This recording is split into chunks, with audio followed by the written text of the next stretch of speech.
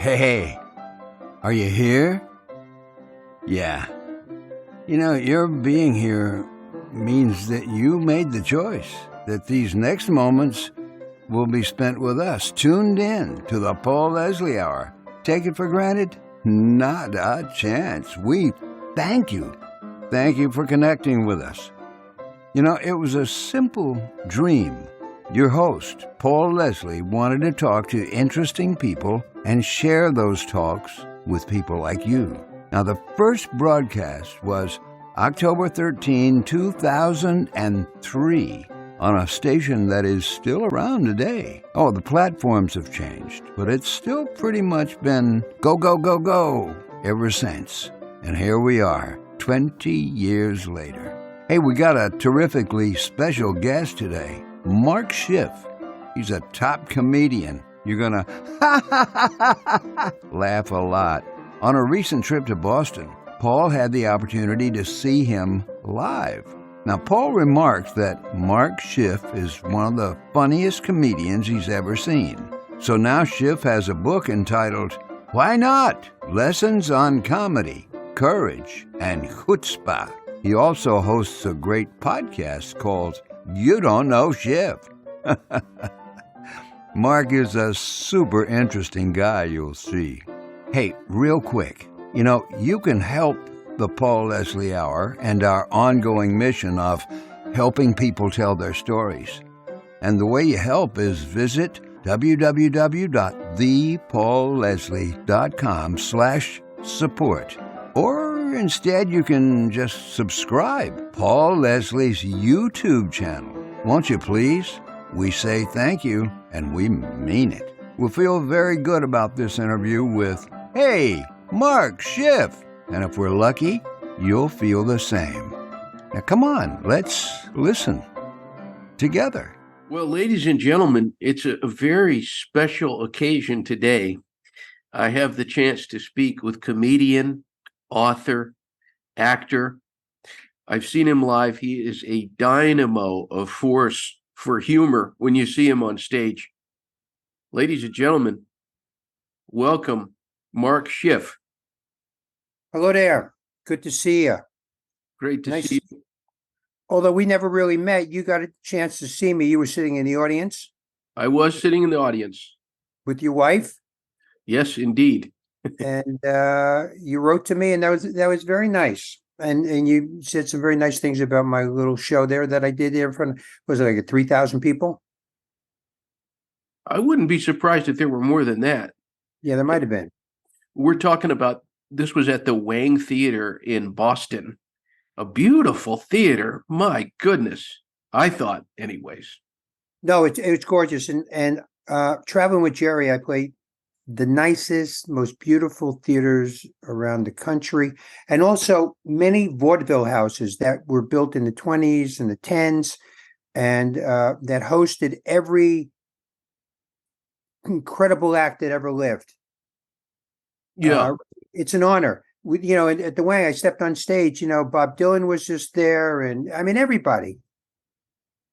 Wow. It has to be like a sacred feeling. It really is. And then when you're downstairs and you look at all the pictures on the wall, it's the Wang Theater has a special thing going on there. They have a museum. Yeah.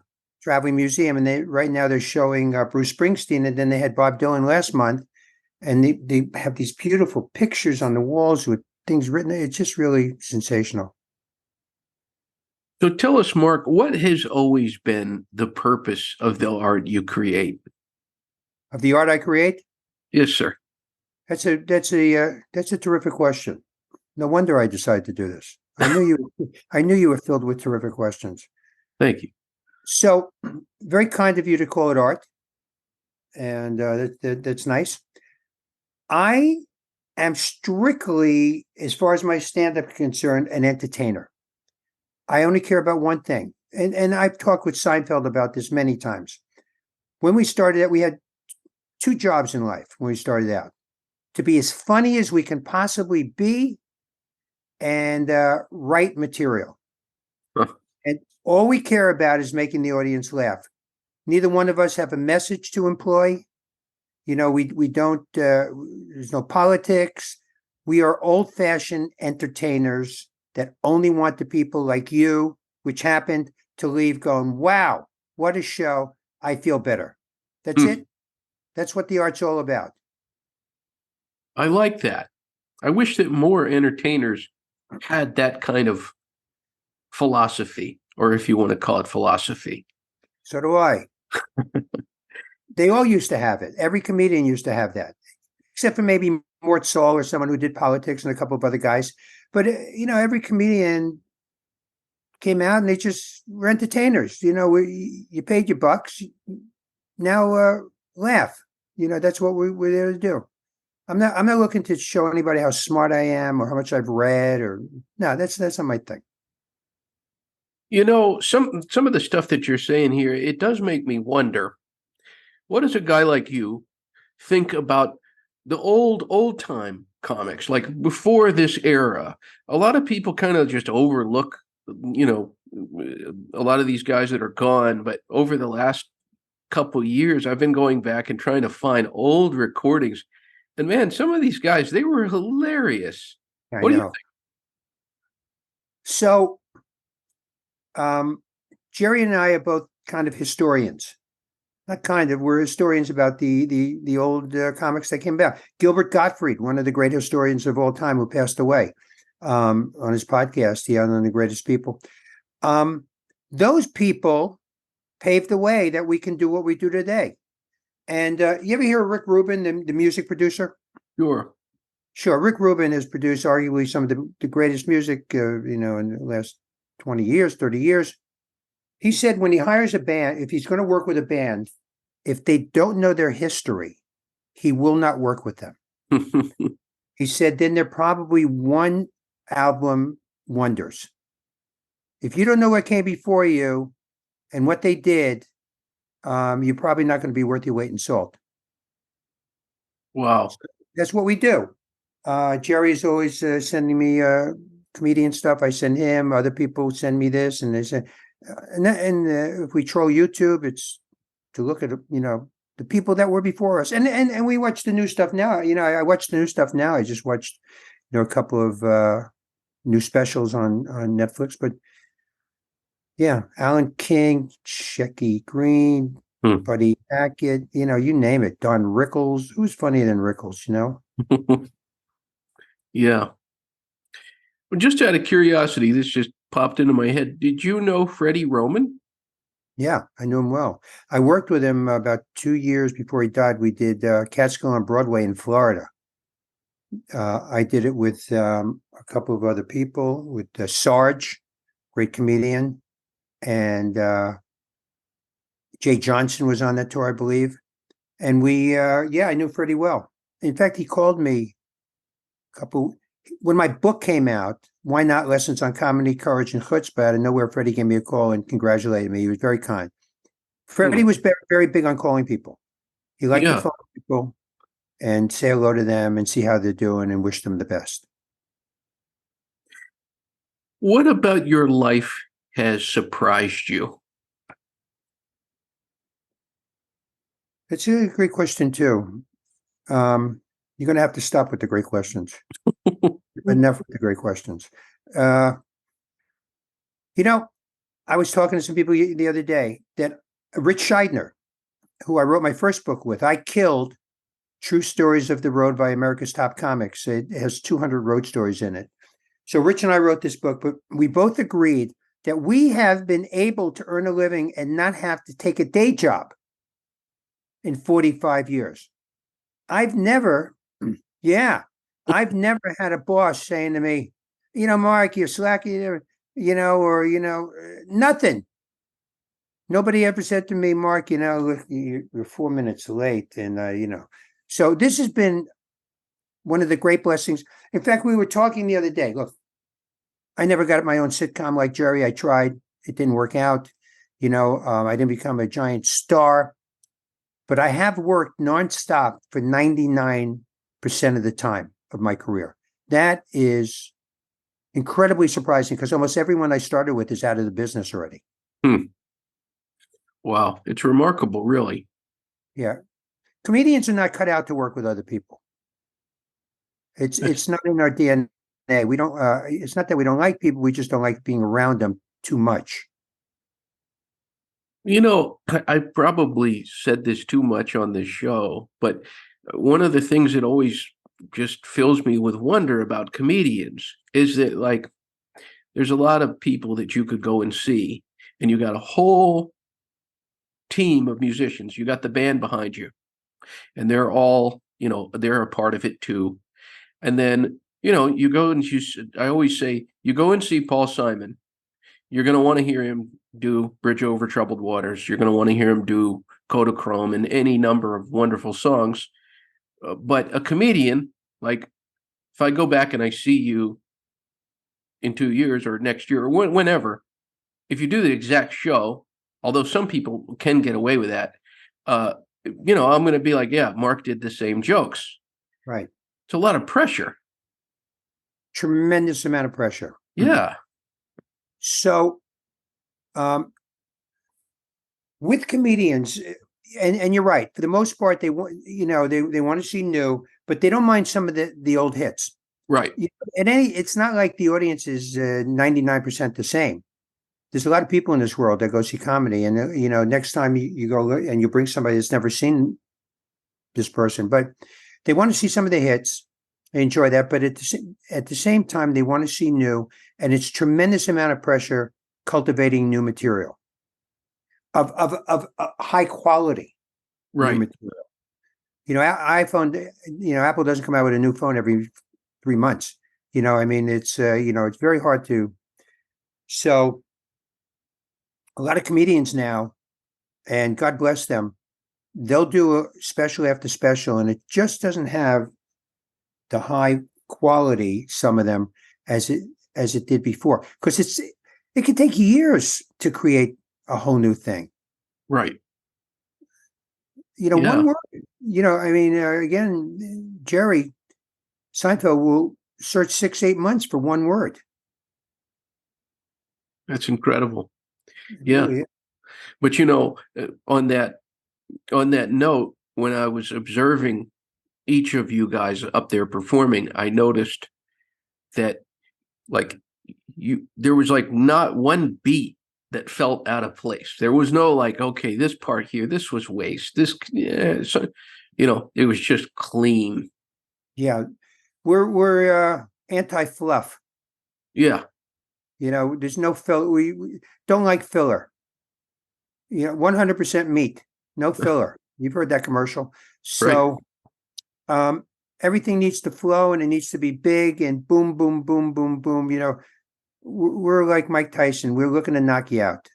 We're not looking for you to, just get a little dizzy.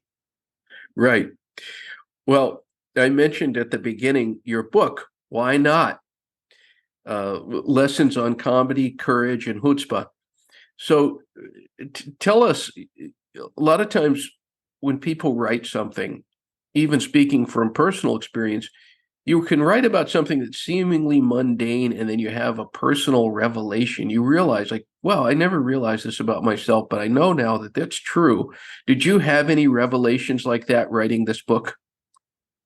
Really good question. Glad my wife doesn't have good questions like you. So I wrote the book. I started writing these essays, stories for a Jewish newspaper called the Jewish Journal. And then when COVID hit, I decided not to eat and put on weight and watch TV. I knew that I wasn't going to be doing stand-up for a while. I didn't know if it was going to be 6 weeks, 6 months, 8 months, and end up over 2 years. I said, well, what I'm going to do is I'm just going to write. I think I have a book here. And I wrote 6 hours a day, 5 hours a day. It was quite extraordinary. So one of the revelations is, as I get older, I'm more and more focused. This is actually incredible to me, because a lot of people, as they get older, they get, they're like less focused. And my focus was unbelievable. I'm Jewish. I'm proud of being Jewish. And I didn't realize how deeply proud I was. And because there's a lot of Jewish stuff, not in my stand-up comedy. I do Jewish shows, for organizations. Right. But in my secular shows, I don't talk a lot about it. But in this book, I really dig deep, and I was amazed and how utterly important it is to me to follow my faith. I go to synagogue all the time, and I'm a believer in God. So I found out a lot about myself like that. When you're writing uncovers, you uncover things about yourself you just can't uncover by thinking. You're sitting in a chair, if you come up with an idea and you write it, you go deeper and deeper into it. Right. It goes, they say, from heart through hand through pen. It's quite extraordinary. Also, I want to, I'm going to answer kind of, Mhm. in order to become a stand-up or a writer, whatever it is, this is something I also realized. Before you even, this just goes for any arts or whatever, before you actually know you have talent, you have to believe you have talent. When I started writing, I had no idea that I could be a writer. I just thought I could be a writer. I never saw any talent to prove it. Same with stand-up. I'd never done anything, and nobody in my family ever did, and I thought I could do this. I had no idea if I could do it. So the thought precedes the actual talent. You get the idea, you think I can do it, and then you start digging and go, I was right. The whole world thought I couldn't do this, but I actually can do this. Pretty amazing, right? Yeah, it is. And you're making me think of something here. A lot of times people think that writing or coming up with creative ideas or whatever, that there's no physical element to that at all. And I don't think that that's true. I really don't. And you look thin. And I know I've been listening to some of your, you host a podcast. I should mention, by the way, I listened to 3 episodes so far, and it's very, very good. You Don't Know Schiff. Yes, You Don't Know Schiff. Right. We went through 200 names to come up with that. You Don't Know Schiff. It's clever. One of the great things is to be able to say something clean where they kind of, without actually saying the word. Right. You were mentioning in one of the episodes about how you eat a vegan diet. Yeah. And, do you agree that there's like Chuck Klosterman, he wrote in his book, he said, people forget that writing, to sit at a typewriter or a computer is a physical act more than maybe people would realize. Yeah, it takes stamina and strength. Right. And, yeah, no doubt about it.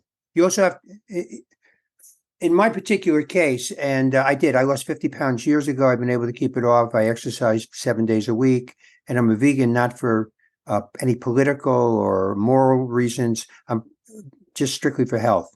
Anybody wants to eat meat or cheese or whatever they want, God bless them. I hope you live a long time. For me, it wasn't working. Right. But the exercise gives me the stamina to sit still and focus. Exercise, gives you those neurons they get fired up.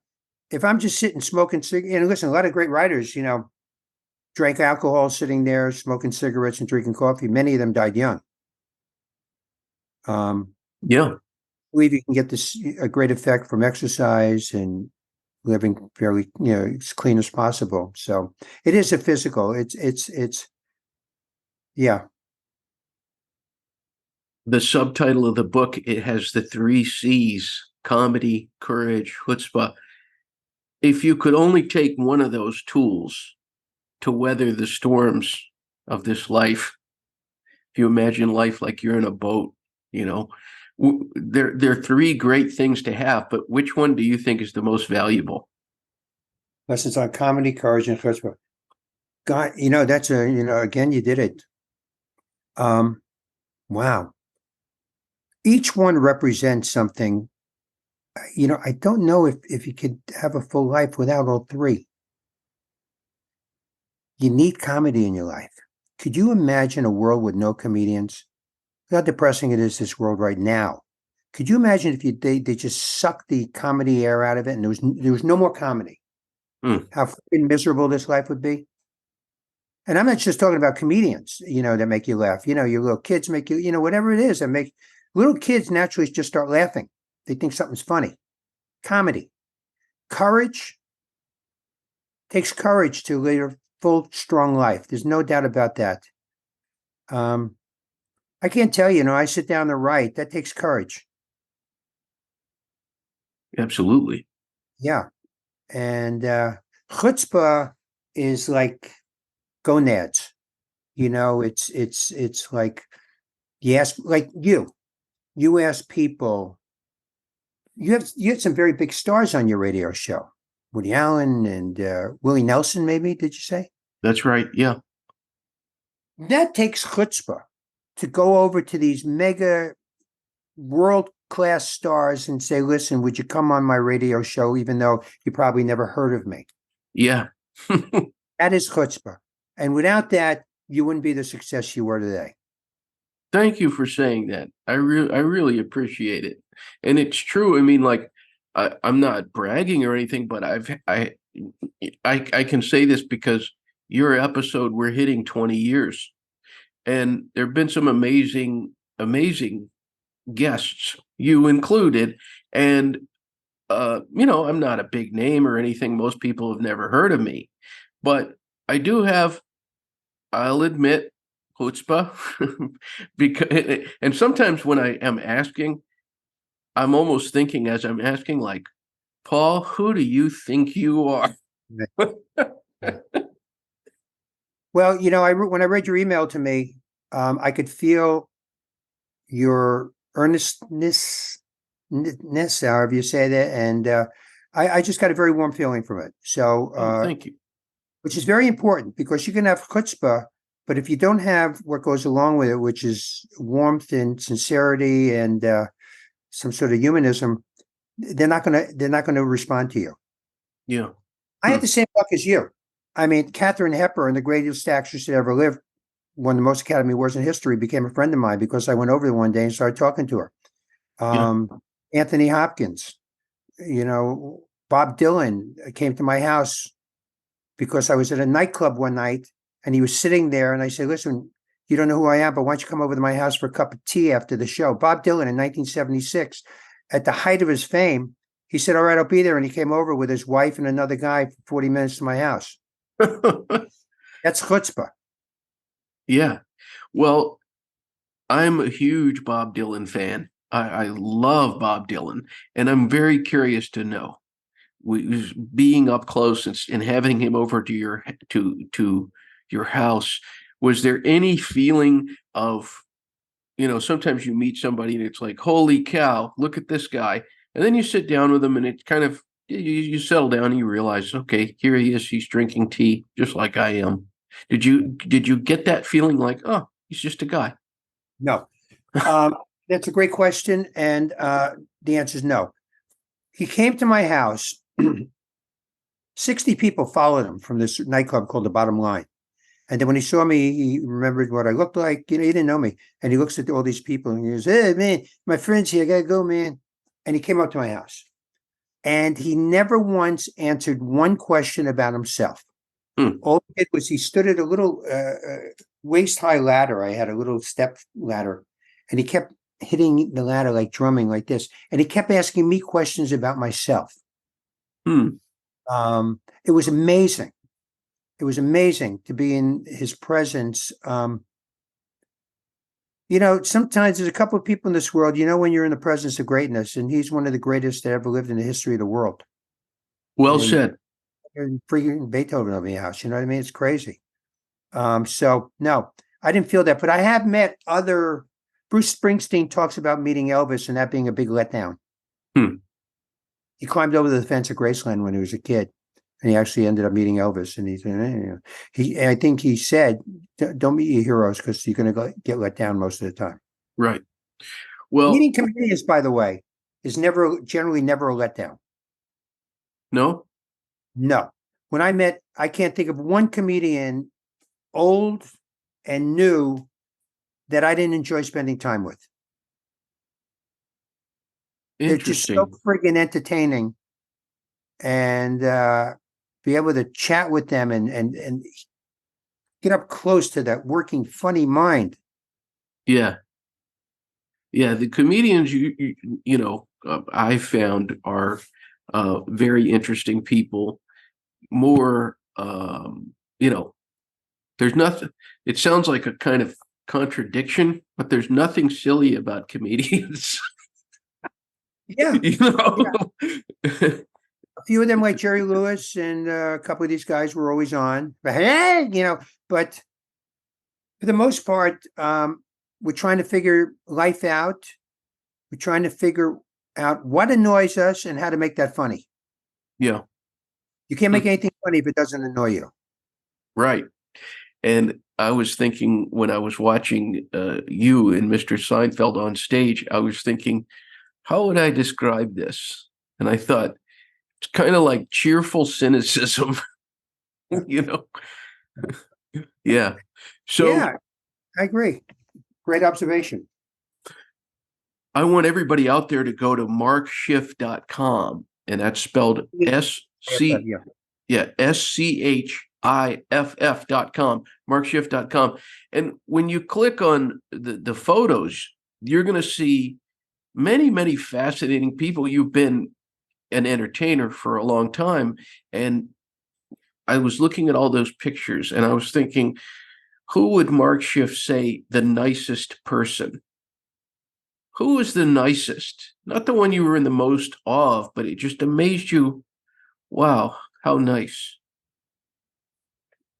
Wow. You finally have you asked me a question.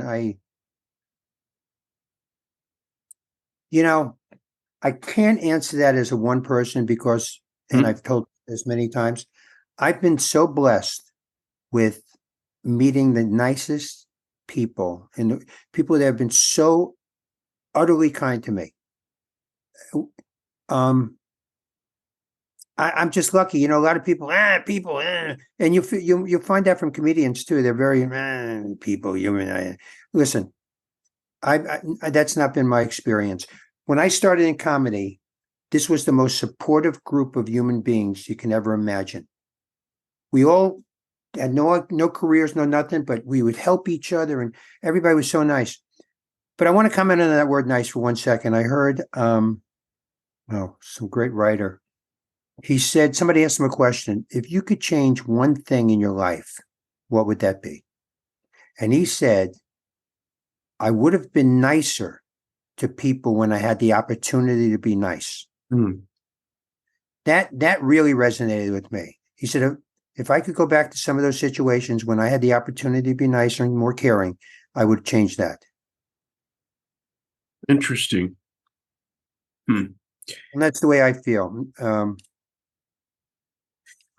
Not necessarily the nicest, but maybe just one that comes to mind. Like for me, I mean, there have been so many people who've been nice to me, so many. But like I think about Gene Wilder, because, I was just like some guy asking him for an interview, and he sat down for an hour and talked to me.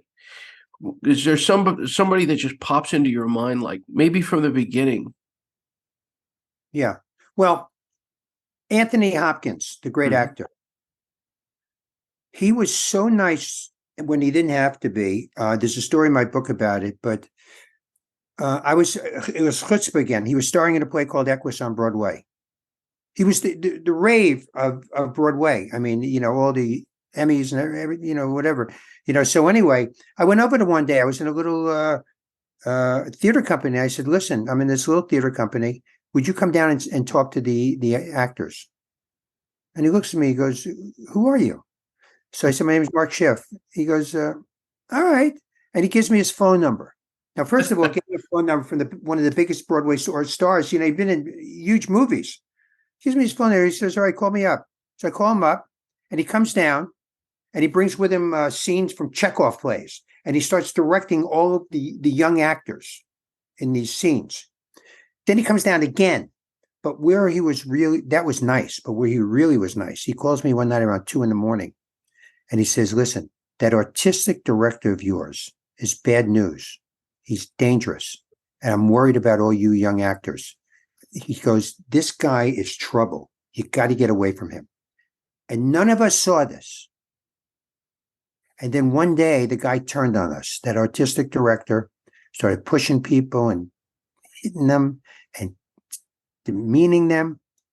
And Hopkins didn't have to do any of this.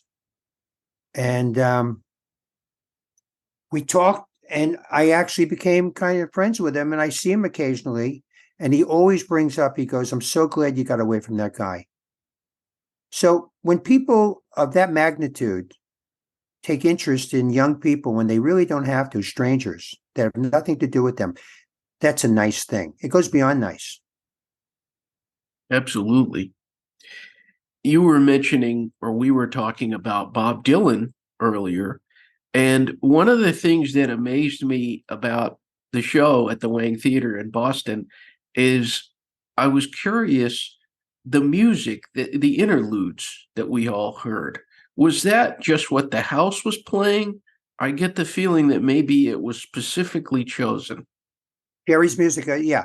All the music that you hear is a disc that Jerry and Kevin Doctorman, his producer, and who travels with us. There's 3 people that travel together: Jerry, Kevin, and myself. Kevin arranges all the flights and the hotels, and I mean, he has a staff of people doing it. All that music is put together, and periodically, Kevin and Jerry sit down, and they'll change out songs that they feel.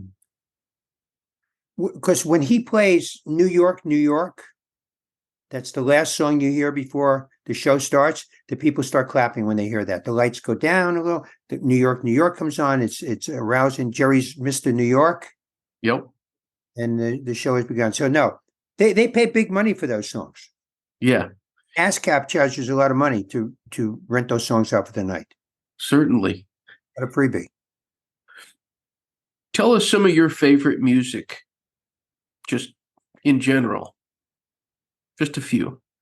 Right. Sure. Well, I'm stuck in the folk world from way back. Bob Dylan, I probably listened to him practically every day for the last 50 years. So I just love it. I can't get enough of him. Frank Sinatra, I'm in love with. I'm in love with Dean Martin, the Beatles.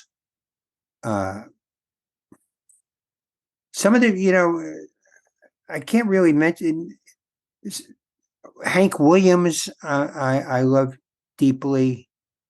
Townes Van Zandt, I love. People, I love songs that have important lyrics. Hmm. And that's a big thing to me. That's a big thing to me. Great choices there. We had all these labels that we put on you at the beginning, that you're a comedian, an author, a writer, actor. How would you define who is Mark Schiff at heart?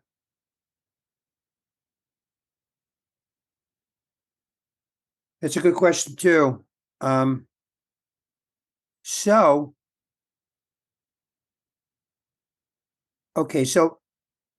all that stuff aside, like a writer, those are all nice things, and those are things I do.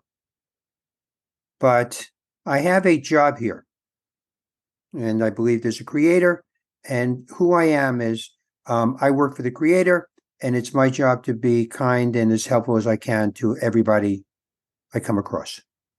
That's my primary job. My family, my kids, my aunts, all these people. All these other things is what I do to earn my living. And thank God I have those talents. But I have a primary purpose, is basically to help other people. I love that. And by the way, when like if you're in I'm not a priest or a rabbi, but when you're in that business, people will screw you over. Sure. When you want to be helpful, there are people who will take advantage. You have to be careful not to let that derail you from helping the next person. Because some people go, I've had it with people. I'm not going to get screwed over. And then they don't. And then they give up on helping people. There are people who need help. And if somebody screws you over, okay, move on to the next person. My last question is, Better be good. You're setting this up, man. This is in comedy, it's called the big setup. So this better be good. okay, Are you nervous that I said that to you? now I am. It's an ocean of a question in some ways because it's the most open-ended question ever. You never know who's watching. You never know who's listening ever. And it always surprises me sometimes when and who and where, And so I just give you the microphone. We're at a very strange time right now, at least I think. And, I always go back to, well, I'll let you answer. I shouldn't interview myself, but Mark Schiff, what would you say to anybody who's tuned in? Good question. That was a good one. You really, that's a good last question. That's the anybody that's tuned in. I kind of said it already, but double up on your kindness. Maybe triple up on it. Pay mega attention to your family. Don't say anything that you can't take back. That's huge. Restraint of pen and tongue. If I can give you anything that will help you, it's restraint of pen and tongue. Do not send out an email or a letter that because once it's out there, you can't get it back. That nasty stuff, and don't say anything. That's nobody knows how stupid you are if you don't say anything. That's a good one.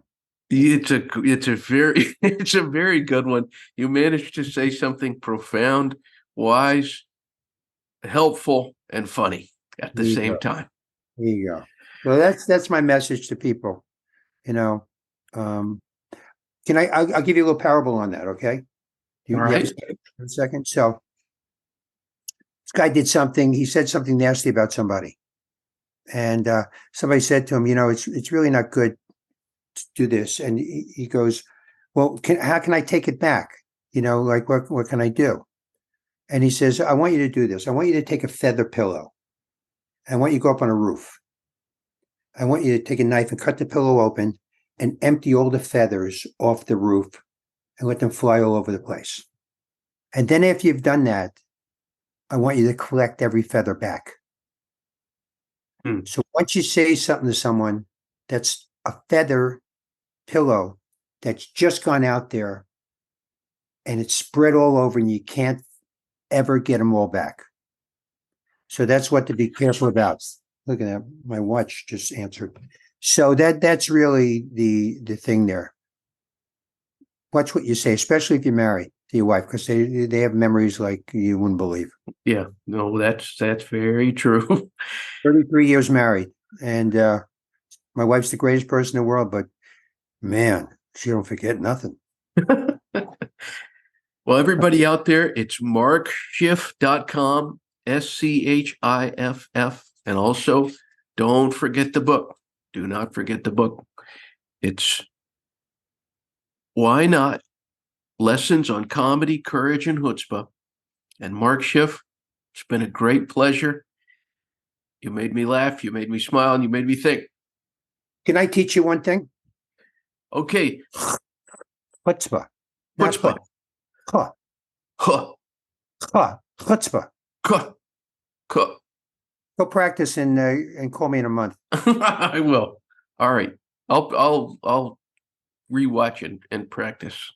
Be well. Thank you for this opportunity. God bless and keep up the good work. God bless. Thank you, sir. All right. Until next time.